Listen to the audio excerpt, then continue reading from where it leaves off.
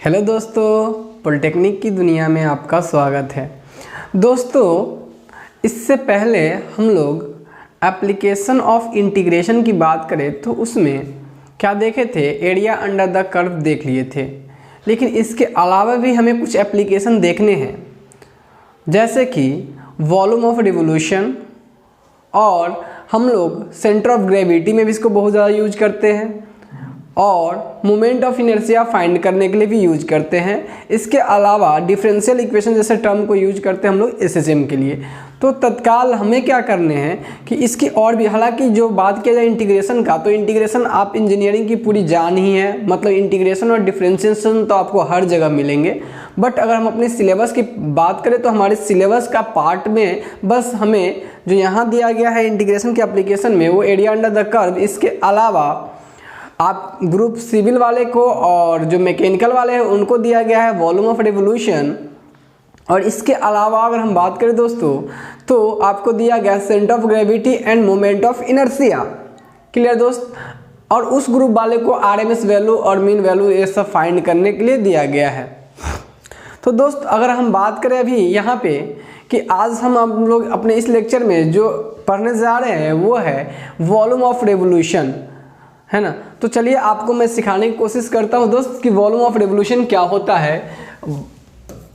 Volume of revolution,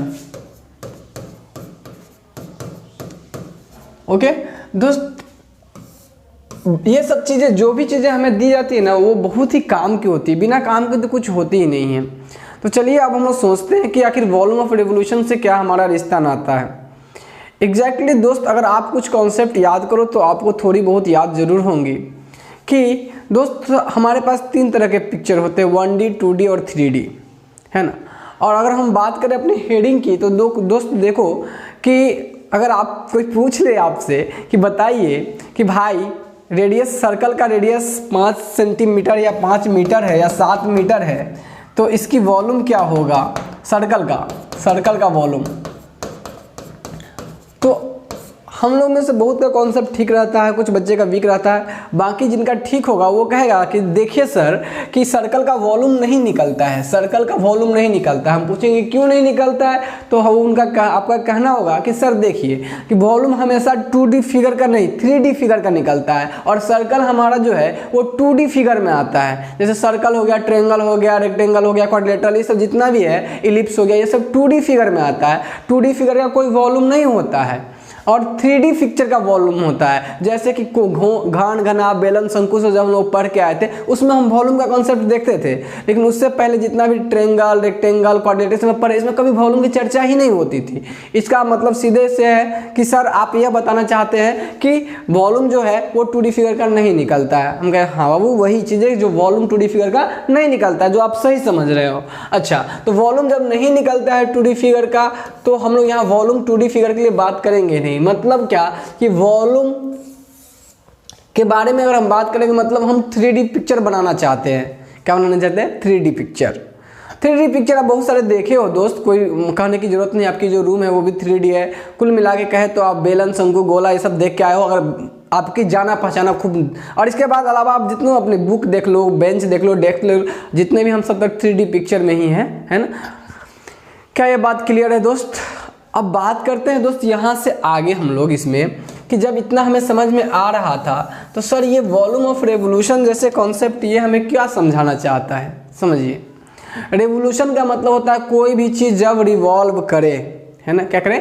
revolve करे। Revolve करने मतलब पेंट करके मोड़ा जाए उसको, है ना, उसको घुमाया जाए। एक फिक्स एक्सिस के अबाउट कोई चीज़ घुमाया जाए तो उसको कहते हैं रिवॉल्व करना। जैसे अगर हम आपको एक एग्जांपल से समझाना चाहे तो देखिए ध्यान से कि ये आप मान लीजिए ये एक एक्सिस है, और इसके अबाउट अगर हम इस पेज को पूरी तरह से ऐसे घुमाएं, देखिए ये घूम रहा है, एक पेज है, इसके अबाउट इसको घुमाएं ऐसे, है ना, तो आप देखिएगा इससे इस प्रकार का एक पिक्चर नहीं बन रहा है क्या दोस्त।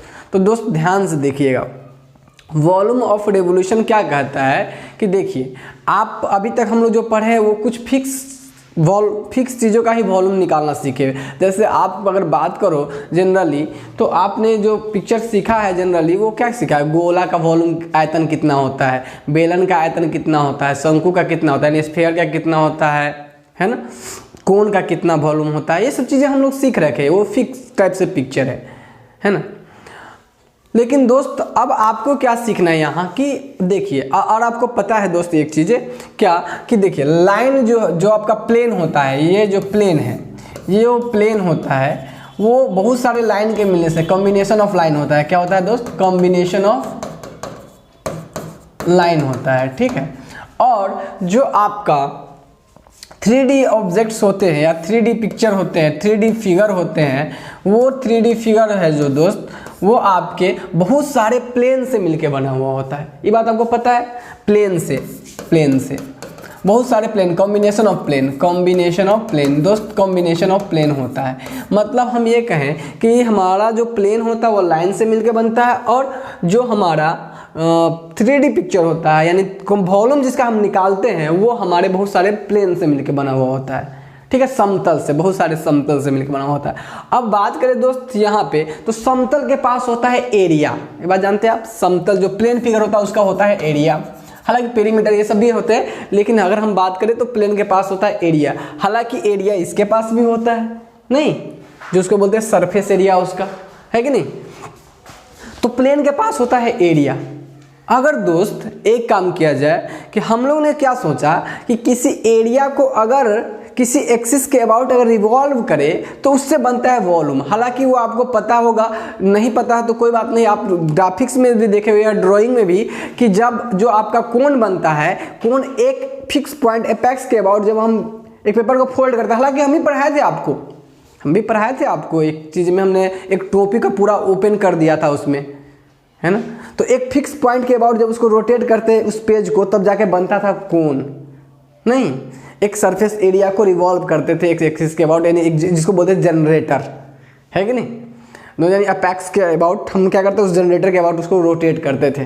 तो कुल मिला के एक बात है कि हमें ये सारी आइडिया है उसके बारे में। तो यहाँ जो दोस्त आपको ये पढ़ने के लिए कह रहा है या समझाने के लिए कह रहा है कि आप क्या कीजिए, रिवॉल्व कीजिए एक फिक्स एक्सिस के अबाउट किसी चीज़ को। तो यहाँ कोई और चीज़ नहीं होगा, क्योंकि फिक्स चीज़ के अबाउट जब रोटेट करेंगे ना, तो हमारा सिर्फ एक ही चीज़, एरिया अगर है तो एरिया 2D फिगर है, या लेंथ होगा, विड्थ होगा, हाइट होगा, लेंथ होगा, यही दो चीज़ें होगी, कोई तीनों चीज़ तो होगा नहीं।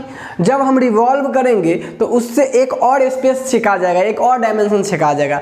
एरिया के पास ऑलरेडी, इसके पास ऑलरेडी क्या था, देखिए ध्यान से, इसके पास देखिए, इस सब चीज़ को समझिए अच्छे से। इस सब का कॉन्सेप्ट जनरली बच्चे का बहुत ही वीक रहता है, और अंदर से खाली सवाल बनाना सीख लिया हुआ रहता है, लेकिन एक्चुअल में उसको मतलब पता नहीं होता है। देखिए दोस्त, ये आपका ऑलरेडी एक प्लेन है ना, और दोस्त ये प्लेन है, इसको हम अभी 3D नहीं मानेंगे, प्लेन मानेंगे। इसकी थिकनेस बहुत कम है, इसलिए इसको क्या मानेंगे, लगभग प्लेन। ये 2D फिगर है, ठीक है दोस्त। अब देखिए 2D फिगर, इसके पास लेंथ और विड्थ दो चीज़ तो ही है। जब इसको हम रिवॉल्व करेंगे तो रिवॉल्व करने से इसमें एक और डायमेंशन की जनरेशन होगा, और जिसके कारण ये 3D पिक्चर को जनरेट करेगा। जब इसको हम इस एक्सिस के अबाउट रिवॉल्व करेंगे तो दोस्त आपको नहीं लगता है कि इस तरह से बेंड होके घूमेगा चारों तरफ, तो ऐसा एक शेप बन के आएगा, चारों तरफ से ऐसे घूमेगा एक एक्सिस के अबाउट, तो है ना, ऐसा शेप बनेगा। और ये शेप जो है सिलेंडर शेप बनेगा। कुल मिला के कहना ये है कि जब इसको हम रिवॉल्व करेंगे दोस्त, तो कुछ इस प्रकार के ये शेप जनरेट करेगा।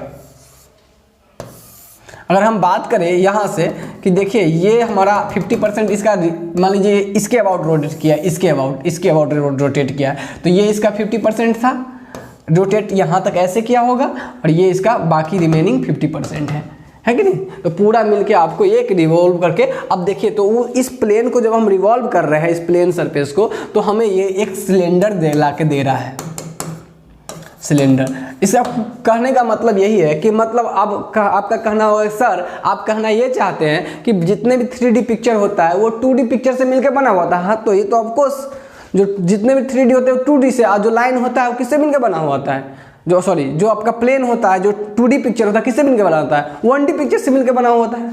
1D से 2D या 2D से 3D। अच्छा, तो 2D से 3D मिला, तो अब यहीं पे हम लोग सीखेंगे कि जो बचपन में जो हम लोग फार्मूला पढ़े थे कि जो आपका गोला जो होता है वो 4/3 पाई r क्यूब, जो उसका वॉल्यूम होता है, वो वॉल्यूम कैसे होता है, कहाँ से वो वॉल्यूम आ जाता है। बात को समझ में आ रही है? गोला जो है हमारा वो उसकी वॉल्यूम 4/3 पाई आर क्यू है। तो उसकी प्रूफ तो हम लोग बचपन में नहीं पूछे। अब बचपन में किसी टीचर से पूछते हैं कि सर अब बताइए कि गोला का वॉल्यूम जो आप लिखे हैं वो 4/3 पाई आर क्यू लिखे हैं, यही हम वॉल्यूम स्फीयर की वॉल्यूम जो है वो यही क्यों लेते हैं, ये कैसे होता है? तो उसकी जानकारी आपको वहाँ नहीं मिलती, वो नहीं देते, क्योंकि कहते हैं कि हो सके ये आपके अंडरस्टैंडिंग लेवल से बाहर है, क्योंकि उस समय तक आपको इंटीग्रेशन नहीं आता रहता है ना। और वहाँ से वो प्रूफ कर पाए तो डिफ़िकल्ट है वहाँ से प्रूफ कर पाना, है ना। सो डैट अगर हम बात करें दोस्त तो इसमें आप ये देखो गौर से कि कुल मिला के अब ये सब जो प्रूफ है ये हम इन्हीं चीज़ों की मदद से कर पाएंगे, यानी वॉल्यूम ऑफ रेवोल्यूशन के कॉन्सेप्ट से कर पाएंगे। तो आइए अब बात करते हैं दोस्त कॉन्सेप्ट की। ये तो था कि हम एक ऐसा क्यों करने जाएंगे और वॉल्यूम ऑफ रेवोल्यूशन का क्या अपना मतलब है।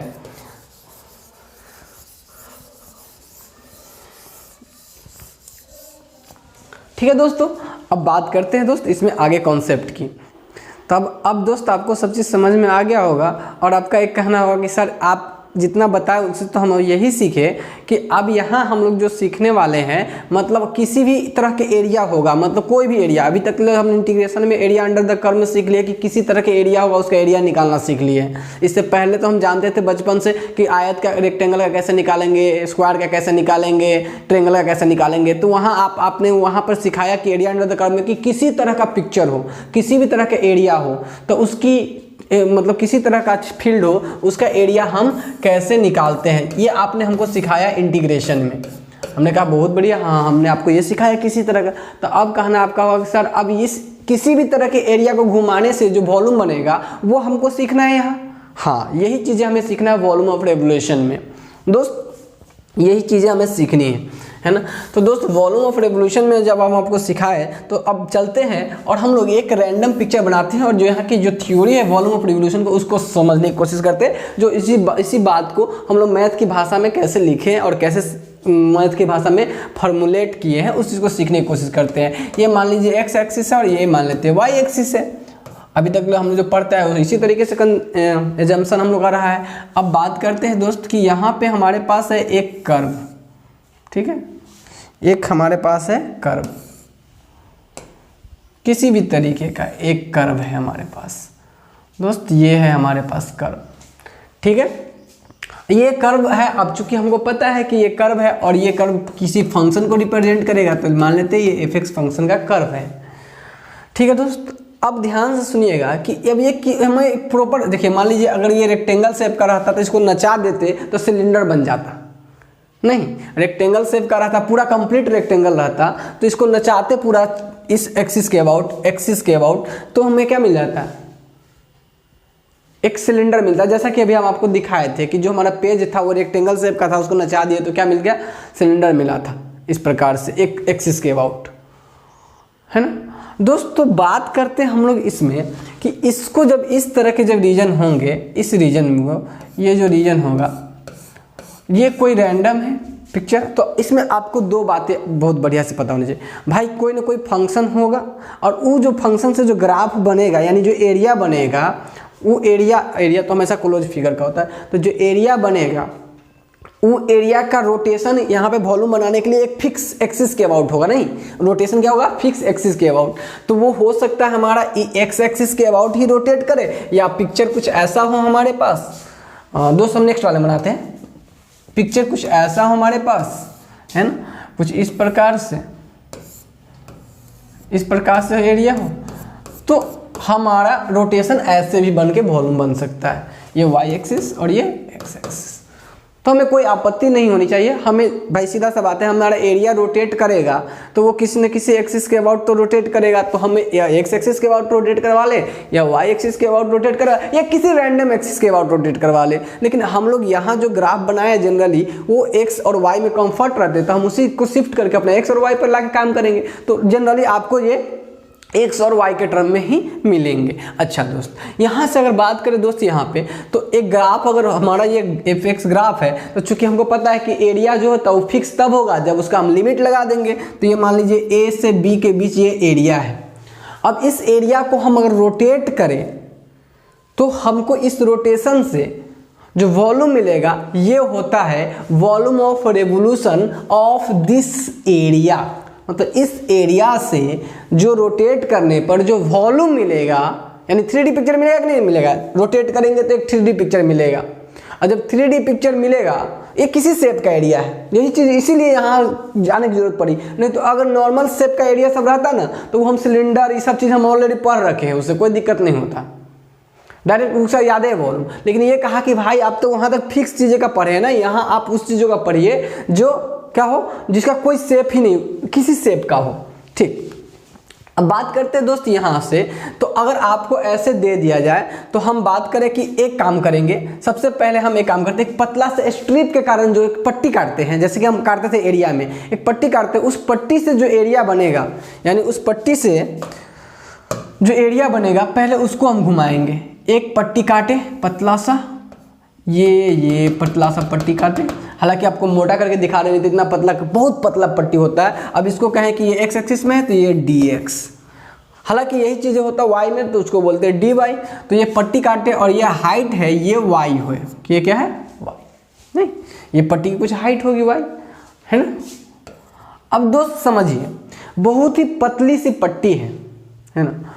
अब इस पट्टी को अब पहले हम रोटेट करते हैं और इससे जो वॉल्यूम आएगा उस पूरे वॉल्यूम को इंटीग्रेट कर देंगे तो नहीं निकल जाएगा हम लोग को पूरा का वॉल्यूम, खाली इस पहले पट्टी के वॉल्यूम निकालते हैं। हमको पता है कि डिफरेंशियल वॉल्यूम अगर हमको मिल जाएगा तो उसी को इंटीग्रेट कर देंगे तो पूरा वॉल्यूम मिल जाएगा, है ना।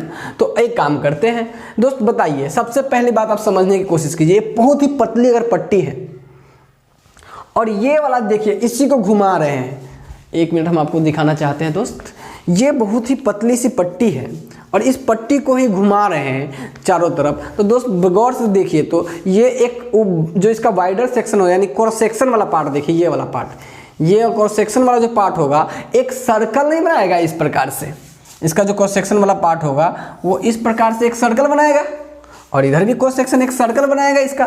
तो हम अभी बात करें खाली पट्टी, तो इसका प्रत्येक लाइन जैसे ये मूव करेगा तो इस पे जितने भी पतले पतले पट्टी प्रत्येक एक circle circle circle circle circle circle circle circle बहुत सारे सर्कल से इन्हें मिलकर बना हुआ है।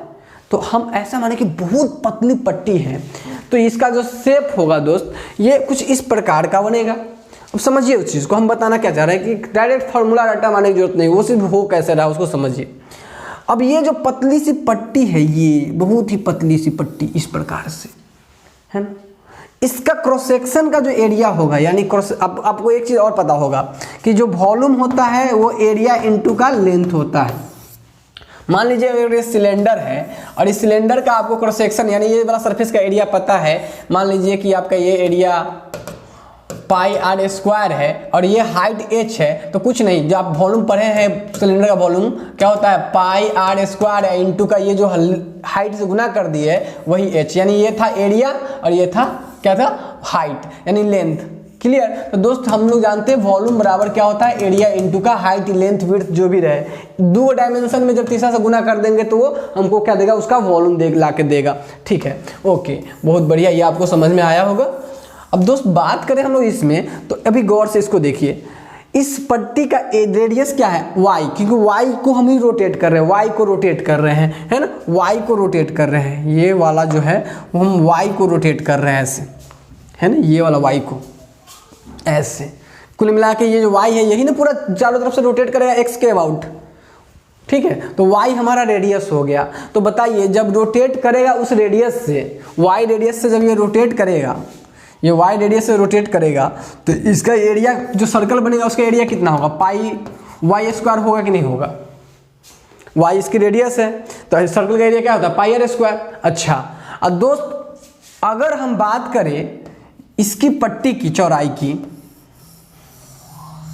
स्ट्रिप की चौड़ाई की, पट्टी की, ये जो पट्टी है इसकी चौड़ाई की बात करें दोस्त, तो ये पट्टी कितनी है, dx चौड़ाई की है, मतलब इसकी चौड़ाई dx है। तो इस पट्टी की वॉल्यूम इसके क्रॉस सेक्शन एरिया इनटू ये।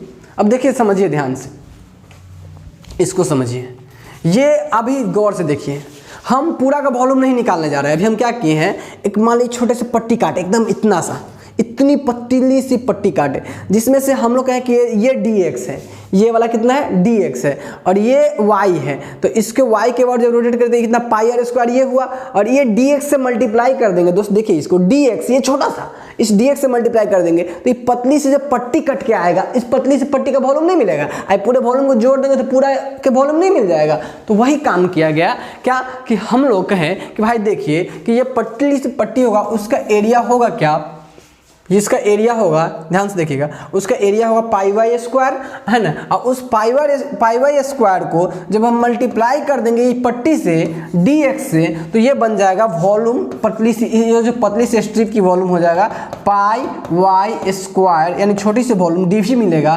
पाई वाई स्क्वायर dx, यानी x एक्सिस के अबाउट ये पतली सी पट्टी को रोटेट करने पर जो एरिया मिलेगा वो पाई वाई स्क्वायर dx मिलेगा। और इसको इंटीग्रेट कर देंगे दोस्त, इसको इंटीग्रेट कर देंगे तो हमको टोटल वॉल्यूम मिल जाएगा। इंटीग्रेट कहाँ से कहाँ तक, जहाँ तक ये पट्टी होगा, यानी a से b तक। तो ये हमारा फार्मूला बन जाता है, ये हमारा फार्मूला जो हम रट्टा मार लेते हैं कि वाई स्क्वायर से मल्टीप्लाई कर देते हैं। अभी आपको ये क्लियर हो गया होगा कि फार्मूला आखिर लिखा था कैसे या आता कैसे।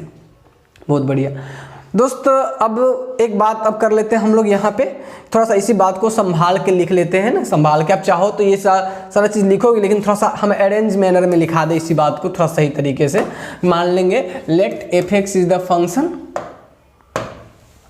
Late F X is the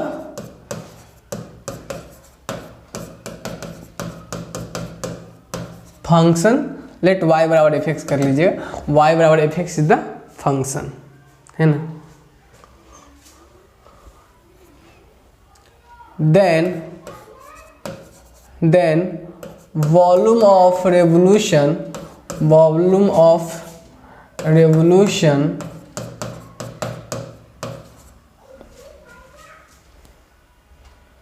between A to B is given as, है ना, given as ऐसे निकालते हैं हम। कब, पहला केस में लिख लेंगे with area rotated about X axis, है ना, area rotated about X axis. दोस्त एक्स एक्सिस के अबाउट जब रोटेट करवाएंगे तब कैसे निकालेंगे वॉल्यूम ऑफ रेवोल्यूशन। एरिया को रोटेट करेंगे, देन वॉल्यूम ऑफ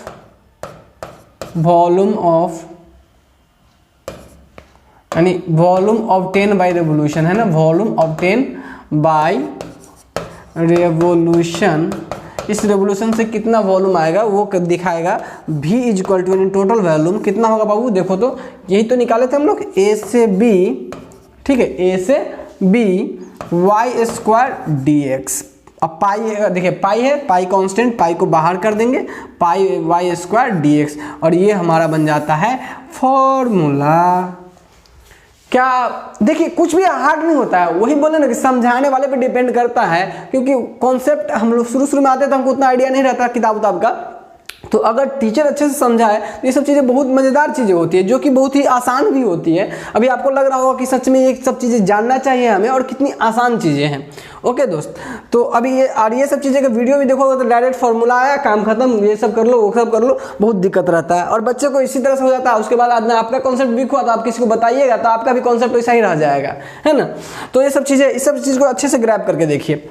चलिए दोस्त, ये समझ में आ गया। अब बात करते दोस्त इसी में नेक्स्ट की। तो नेक्स्ट में अगर हम बात करें दोस्त, नेक्स्ट की अगर बात करें, जब y एक्सिस के अलोंग रहेगा a टू b में, तो हम उसी तरह से स्ट्रिप काटेंगे, ये dy हो जाएगा और ये हो जाएगा x। तो इसी तरह से एरिया जब हम लिखेंगे तो केस फर्स्ट था हमारा कि volume of revolution with x, जब एरिया को रोटेट करेंगे किसके, y एक्सिस के अबाउट, है ना। तो जब दूसरा केस हम लोग केस 2 में लिख लेंगे, when area rotated about y axis then volume of revolution या वॉल्यूम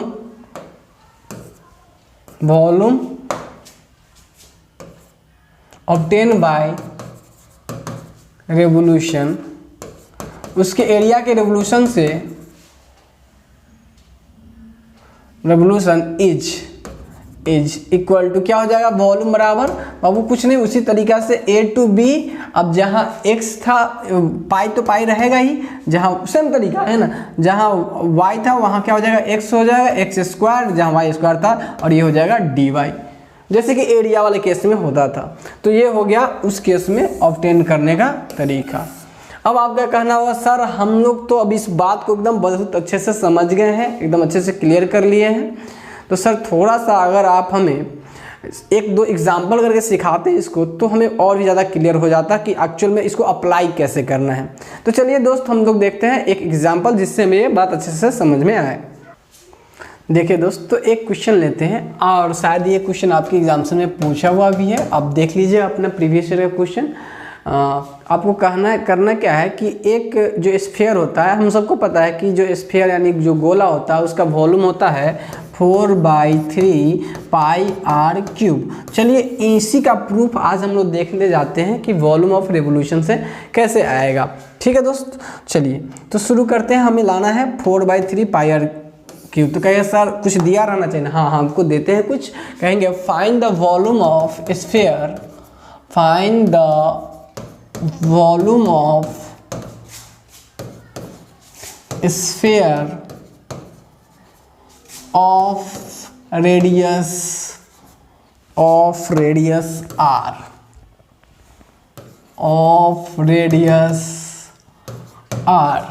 ठीक है दोस्त। तो बात करते हैं हम लोग वॉल्यूम निकालने का। आपको एक स्फीयर का रेडियस निकालना है वॉल्यूम ऑफ रेवोल्यूशन की। तो मतलब अब ये नहीं मेंशन किया कि वॉल्यूम ऑफ रेवोल्यूशन, बट जो उसकी प्रूफ होंगे आप ये मत कर देना कि अरे स्फीयर का रेडियस यार वॉल्यूम निकालना है, ले पाई 4/3 पाई आर, 4/3 पाई आर क्यूब, तो इसकी वॉल्यूम होगी, हो गया आंसर, है कि नहीं। तो ये आपसे ये नहीं कह रहा क्योंकि इस लेवल में आपको पता है कि ये आप इससे ये पूछने नहीं जा रहा। आपसे पूछेगा क्या कहने के लिए कह रहा है, वो आपसे चाह रहा है कि वॉल्यूम ऑफ रेवोल्यूशन का कॉन्सेप्ट जो आपको दिया गया सिलेबस में, उस कॉन्सेप्ट से आप उसको वॉल्यूम निकाल के दिखाइए इसका स्फीयर का।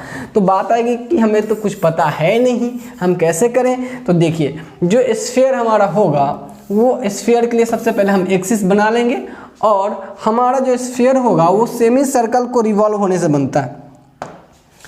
जो सेमी सर्कल हमारा होगा, सेमी सर्कल समझ रहे, सर्कल का आधा, यानी कुछ इस प्रकार से जो सर्कल होंगे उस सर्कल के हाफ ऑफ सर्कल के रिवॉल्व होने से बनेगा। ठीक है, तो हम ऐसा मान के चलते हैं कि भाई हमारे पास एक सर्कल है, जिस सर्कल का इक्वेशन आपको पता है कि अगर इस सर्कल का ये ओरिजिन से अगर ओरिजिन ओरिएंटेड है, इसके ओरिजिन पे अगर 0 0 पे इसकी सेंटर है, तो इसकी रेडियस यहाँ से यहाँ तक की इसकी रेडियस क्या होगी, ये 0,r,0, सॉरी दोस्त, ये होगा r,0, और ये क्या होगा दोस्त, ये होगा -r,0। बहुत बढ़िया, ओके। अब ये जब यहाँ तक हो जाएगा दोस्त, तो हमको पता है ऑलरेडी कि सर्कल का जो इक्वेशन होता है वो कितना होता है, x² + y² = r²। ये सर्कल का इक्वेशन होता है दोस्त। ये वाला जो रीजन है, इस रीजन को अगर हम रिवॉल्व कर दे, यानी इस फंक्शन को, ये फंक्शन कौन सा, ये वाला फंक्शन है, और इस फंक्शन को अगर हम रिवॉल्व कर दे x एक्सिस के अबाउट, है ना, तो हमको स्फीयर का वॉल्यूम मिल सकता है रेडियस का। तो इतना आइडिया हमें लगनी चाहिए थी। और रह गई बात ये कि आपको जनरली कर्व या तो दिया रहेगा, है ना, या फिर आपको एक जो छोटी मोटी, जैसे यहाँ पे हमें पता है कि सेमी सर्कल को रिवॉल्व करेंगे और इसका सेमी सर्कल को रिवॉल्व करेंगे, और जो सर्कल का इक्वेशन है वो हमें पता है ऑलरेडी, तो हम यूज कर लिए हैं। बाय द वे आपको क्वेश्चन में भी इस तरीके से भी दे सकता है, तो आपको इतनी कॉन्सेप्ट को ध्यान में रखनी है। और ये तो चूंकि पूछा हुआ क्वेश्चन है, तो ऐसे भी तो आपके लिए थोड़ा ज़्यादा इंपॉर्टेंट हो जा रहा है, तो इसको भी ध्यान में रखिएगा दोस्त। अब बात करते हैं कि इसको कैसे किया जाए।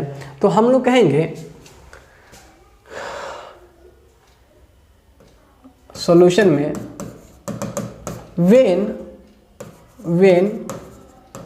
when semi circle of radius r revolve, हालांकि ये y एक्सिस के अबाउट भी आप बना के कर सकते हो, कोई दिक्कत नहीं है क्योंकि बात सेम आएंगी।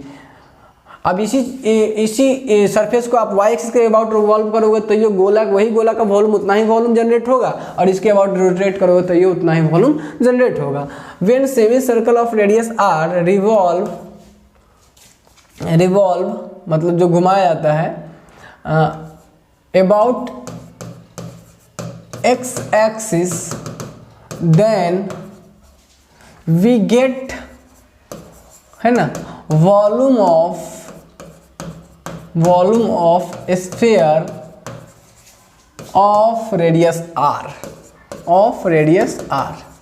इतना बात हमें समझ में आ रही थी कि अगर हम सेमी सर्कल को घुमा दे एक्स एक्सिस के अबाउट तो हमें मिल जाएगा। हालांकि आप ये भी कह सकते थे कि वाई एक्सिस के अबाउट घुमा दे तो ये मिल जाएगा, कोई दिक्कत नहीं है इसमें। ठीक है दोस्त, यहाँ तक करने के बाद अब हम लोग कहते हैं नाउ, चूंकि सर्कल का इक्वेशन क्या होता है, चूंकि इक्वेशन ऑफ सर्कल क्या होता है बाबू, इक्वेशन ऑफ सर्कल जो होता है वो होता है एक्स स्क्वायर प्लस सर्कल जो होता है वो होता है X square plus Y square equal to R square, जो रेडियस होता है। ठीक, अच्छा अब दोस्त एक काम करते हैं, हम वाई एक्सिस के अबाउट चूंकि रिवॉल्व कर रहे थे, पट्टी किधर के काटेंगे, पट्टी तो काटना जो हमारा होगा वो पट्टी हम काटेंगे ऐसे, इस तरह से कुछ पट्टी काटेंगे जो कि y हमारा होगा, मतलब हमको y के टर्म में लिखना है। तो कुल मिलाकर हमको फॉर्मूला वॉल्यूम ऑफ रेवोल्यूशन का बहुत अच्छे से याद है। क्या होता है हम वॉल्यूम ऑफ रेवोल्यूशन का फॉर्मूला, तो हम सबको याद है कि y एक्सिस के अबाउट अगर रिवॉल्व कर रहे हैं तो वॉल्यूम जो होता है वो होता है पाई बाहर वाई स्क्वायर डी एक्स, कहाँ a टू b, ये फॉर्मूला हमारा होता है। बस चलते हैं वहीं पे, और हम यहाँ से चूंकि वाई स्क्वायर के टर्म में रहेगा तो ये काम और आसान कर देगा। नाउ वाई स्क्वायर बराबर हम लोग दोस्त यहाँ से लिख लेंगे, देखिए ये वाई स्क्वायर हमारा, वाई स्क्वायर बराबर दिस इम्प्लाई वाई स्क्वायर बराबर क्या हो जाएगा यहाँ से R square minus X square. Now volume of, now चूंकि volume of revolution about Y X axis is क्या होता है v इक्वल टू कहाँ से कहाँ a से b Y square D X. इसका मतलब सीधा सा ये हुआ कि हमको a से b, देखिए आपका डिस्टेंस कहाँ से माइनस आर टू आर, कहाँ minus R to R. Okay, अब देखिए वाई स्क्वायर के बदले क्या हो जाएगा दोस्त, वाई स्क्वायर के बदले R square minus X square, ठीक है। अब दोस्त अब बात करें, यहाँ पे पाई भी होता है दोस्त, एक बात छूट रहा है, यहाँ पे पाई भी होता है, वो बात गलती नहीं कीजिएगा नहीं तो फिर पूरा गड़बड़ा जाएगा पाई, और यहाँ पे होगा डी एक्स, ठीक है। अब दोस्त बहुत ही मज़ेदार कॉन्सेप्ट जो आपको याद हो कि माइनस ए से ए में क्या होता है ना, आपको माइनस ए से ए में क्या होता है याद कीजिए। जब माइनस ए से ए इंटीग्रेशन देता है तो प्रॉपर्टी याद कीजिए कि माइनस ए से ए में जब प्रॉपर्टी रहता है उसको यूज करके हम इसको तोड़ेंगे। अब ये कैसे तोड़ेगा, चलिए हम इंटीग्रेशन इसका करते हैं। अब इंटीग्रेशन बच गया यहाँ से खाली, चलिए तो v बराबर हमारे पास है integration of minus R to R, है ना, और ये है R square minus X square D X, ठीक है दोस्त। अब यहाँ से क्या करेंगे बाबू कि हमारे पास ये अवेलेबल है। अब इसमें क्या करेंगे कि हमको इसको करना है इंटीग्रेट, तो हमको पता है ऑलरेडी प्रॉपर्टी हमें ये मालूम है कि माइनस ए से ए एफ एक्स डी एक्स जब रहता है, और ये जो फंक्शन जो है हमारा इसको ए से ए रहता है और ये इवन फंक्शन रहता है, तो हम इसको ऐसे लिख सकते हैं कि ये 2 इंटू का twice of 0 to A F X D X लिख देते हैं। और आपको इवन फंक्शन पहचानना आता है तो ये आपका एक फंक्शन जो है ये इवन फंक्शन है, क्योंकि आपको पता है, हम लोग पता है कि इवन और पहचानने का f माइनस ऑफ एक्स बराबर अगर ये आ जाता है एफ एक्स तो ये इवन फंक्शन होता है, और इसमें डालेंगे तो वही हाल होता है। ए आर कॉन्स्टेंट, ये बात ध्यान रखिएगा, आर क्या है कॉन्स्टेंट, ये चीज़ आपके दिमाग में होनी चाहिए कि आर ये रहेगा, आर उसकी रेडियस क्या रहेगी फिक्स रहेगी जो हमें दिया गया है ना, एक्स केवल वेरिएबल। तो दोस्त अब यहाँ से अगर हम बात करें इसके लिए अगर बात करें यहाँ से तो हम ये कह सकते हैं कि v इज इक्वल टू, है ना, पाई छूट गया तो सारा दोस्त, पाई 2 इंटू का पाई और 0 से r, है ना, 0 से r R square minus X square D X, ठीक है। और ये ऐसा क्यों हुआ, तो हम ये प्रॉपर्टी लिख देंगे बगल में, चूंकि इतना बराबर इतना होता है और एफ एक्स माइनस ये इवन फंक्शन है, इवन फंक्शन है। ये कैसा है, अगर आप चेक करके देखोगे इवन फंक्शन, क्योंकि इतना बराबर आप लिख सकते हो कि F X is equal to R square minus X square. हालांकि आपको हम सिखा रखे अच्छे से, अब एक्स के बदले माइनस एक्स रखो तब पर भी वही आएगा, एक्स के बदले क्या रखो माइनस एक्स दोस्त, तो ये हो जाएगा आर स्क्वायर माइनस एक्स का स्क्वायर, यही आ जाएगा R square minus X square. Same चीज़ें, तो एफ माइनस ऑफ एक्स बराबर क्या लिख सकते हैं, एफ एक्स लिख सकते हैं। तो ऐसा कब होता है, जब इवन फंक्शन होता है। अच्छा, तो ये ऐसे किया जा सकता है दोस्त। यहाँ तक करने के बाद हम बात करेंगे कि इसकी इंटीग्रेशन की, तो ये कांस्टेंट है तो अलग अलग कर दे, अलग अलग करेंगे तो बात वही रह जाएंगी, कोई दिक्कत नहीं, एक ही साथ कर ही लेते हैं। जब दोस्त इसका इंटीग्रेशन करेंगे तो आइए इंटीग्रेशन करते हैं। आर स्क्वायर इसका अलग अलग करिएगा, मान लीजिए 0 से R square D X minus X square D X 0 से आर, ठीक है दोस्त, कुछ ऐसा बनेगा। अब देखिए ध्यान से, अगर ऐसा हो गया तो यहाँ से हम कह सकते हैं 2 पाई, ठीक है दोस्त। इसका इंटीग्रेशन क्या होगा, आर का बाहर कांस्टेंट है, बाहर dx का x, यानी हो जाएगा आर स्क्वायर एक्स, कहाँ से कहाँ, आर स्क्वायर एक्स कहाँ से कहाँ दोस्त, 0 से आर स्क्वायर एक्स 0 से आर, ठीक है। आर कांस्टेंट है, dx का x। अब इसका क्या हो जाएगा दोस्त, इसका हो जाएगा आपका आर क्यूब बाई 3, कहाँ से कहाँ, 0 से आर, ओके। ये कुछ ऐसा हो जाएगा दोस्त। अगर यहाँ तक अगर हम लोग समझ गए हैं अच्छे से, तो आइए अब देखते हैं। ये बातें आप नोट कर लीजिएगा अगर आपको ज़रूरत लगे तो। आई थिंक कि हमने ये सारी चीज़ें आपको अच्छे से पढ़ा रखे हैं इंटीग्रेशन में, ठीक है। अच्छा, ये हो जाएगा यहाँ से वॉल्यूम बराबर लिमिट पुट कीजिए तो हो जाएगा 2 पाई इंटू का एक बार में अपर लिमिट पुट करेंगे तो हो जाएगा आर के जगह पे, एक्स के जगह पे आर होगा तो ये हो जाएगा आर क्यूब, ये हो जाएगा आर क्यूब। आर एक्स के जगह पे क्योंकि कांस्टेंट है उसके जब तो कुछ रखेंगे नहीं, आर एक्स के जगह रखेंगे तो आर क्यूब, 0 रखेंगे तो -0 हो जाएगा। ये आपका कुछ ऐसा बन जाएगा दोस्त। अगर बात करेंगे इसमें तो माइनस, इसमें पुट करेंगे तो एक्स के जगह पे हो जाएगा ये आर क्यूब बाई 3। और दोस्त इसमें जब 0 पुट करेंगे तो एक्स 0/3 0, यानी ये हो जाएगा 0। तो कुल मिला के हम लोग यहाँ से जो वॉल्यूम देखेंगे वो वॉल्यूम आएगा 2 पाई, है ना, 2 pi R cube minus R cube by 3,